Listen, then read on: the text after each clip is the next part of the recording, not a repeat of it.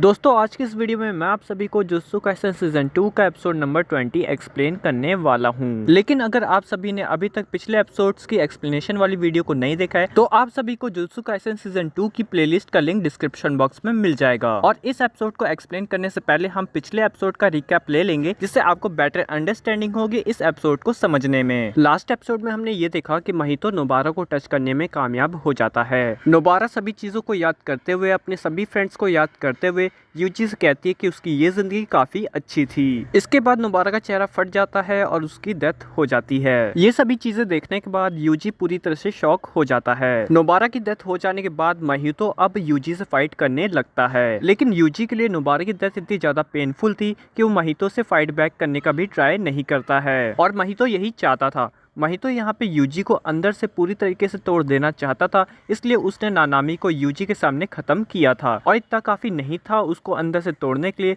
इसलिए महितो ने डिसाइड किया कि यूजी के जितने भी आसपास के लोग हैं, उसके साथ के लोग हैं, उन सभी को वो खत्म कर देगा, जिससे यूजी अंदर से कमजोर हो सके। यूजी अभी चाहे जितना पावरफुल हो, लेकिन अब वो अंदर से टूट चुका है, अंदर से कमजोर हो चुका है, इसलिए अब महितो के लिए ये कोई बड़ी बात नहीं रह गई है कि वो अब यूजी को आसानी से हरा सकता है। महितो लगातार यूजी के ऊपर अटैक करता जा रहा था और यूजी यहाँ पे महितो के एक भी अटैक का आंसर नहीं दे रहा था। इसी के बीच में हमें ये देखने को मिलता है कि यूजी वहाँ से गायब हो जाता है और तभी हमें टोडो देखने को मिलता है और टोडो भी इस फाइट में आ चुका है। तभी यूजी होश में आ जाता है और यूजी कहता है कि मेरी वजह से बहुत लोगों की जान जा चुकी है और सुकुना ने भी बहुत लोगों को खत्म कर दिया है। जिन सभी को मैं प्रोटेक्ट करना चाहता था, मैं उन सभी को भी प्रोटेक्ट नहीं कर पाया। और फिर यूजी जोर जोर से रोने लगता है। टोडो यूजी को समझाते हुए कहता है कि ये बात सच है कि उन सभी की मौत हो चुकी है, लेकिन क्या तुम उन सभी की मौत को ऐसे ही जाया जाने दोगे? उन सभी ने अपनी जान किस वजह से दी है, तुम्हें इस बात को ध्यान में रखना चाहिए। इसके बाद हमें थोड़ी देर पहले का सीन दिखाया जाता है, जहाँ पे टोडो और अराता उस जगह पे आए हुए थे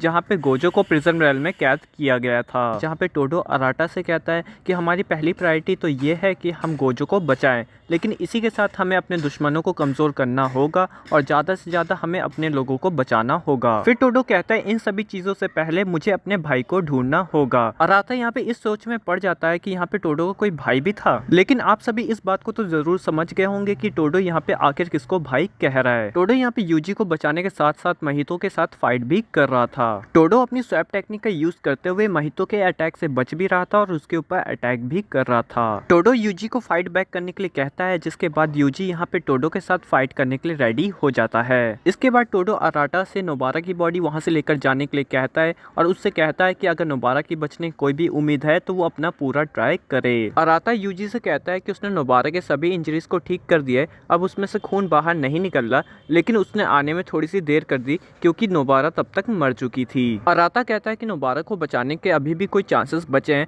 तो मैं अपनी पूरी कोशिश करूंगा, लेकिन तुम इस बात की ज्यादा उम्मीद मत रखना। और फिर हमें इसके बाद मेकामारू को मीवा से बात करते हुए दिखाया जाता है। मेकामारू इन सभी फाइट के इन्फॉर्मेशन मीवा को दे रहा होता है। मेकामारू कहता है कि अब तो टोडो भी वहाँ पे पहुंच चुका है और ये सभी चीजें जल्दी खत्म होने वाली हैं। और फिर मेकामारू कहता है कि टोडो ही इकलौता ऐसा है जिसके 99% चांसेस हैं इस बात के कि वो वहाँ से जिंदा वापस लौट के आ सकता है और जल्द ही मेरी ये प्रोग्रामिंग भी डिलीट हो जाएगी। इसके बाद मीवा और मेकामारू अपने दिल की बात करने लगते हैं, जहाँ पे मीवा अपने दिल की बात मेकामारू से कह देती है। मेकामारू इसके रिप्लाई में कहता है कि मैं भी सभी चीजें जल्दी ठीक करना चाहता था, इसी चक्कर में मैंने एक गलत रास्ता चुन लिया, एक गलत डिसीजन ले लिया, जिसकी वजह से ये सभी चीजें हो गई। फिर मेकामारू कहता है कि अब उसके पास ज्यादा टाइम नहीं बचा है और वो अब ज्यादा और बात नहीं कर सकता है और वो मीवा को खुश रहने के लिए कहता है। ये बात सुनने के बाद मीवा रोने लगती है। वहाँ पे क्योटो हाई के और भी सॉर्सर होते हैं जो कि मेकामारू के इस डिसीजन के ऊपर बात कर रहे होते हैं कि उसे ऐसा क्यों लगता है कि जो टोडो है सिर्फ वही वहाँ से बचकर बाहर आ सकता है। महितो यहाँ पे पहले से ही टोडो की स्वैप टेक्निक से परेशान था क्योंकि वो इसको एक भी बार हिट नहीं कर पा रहा था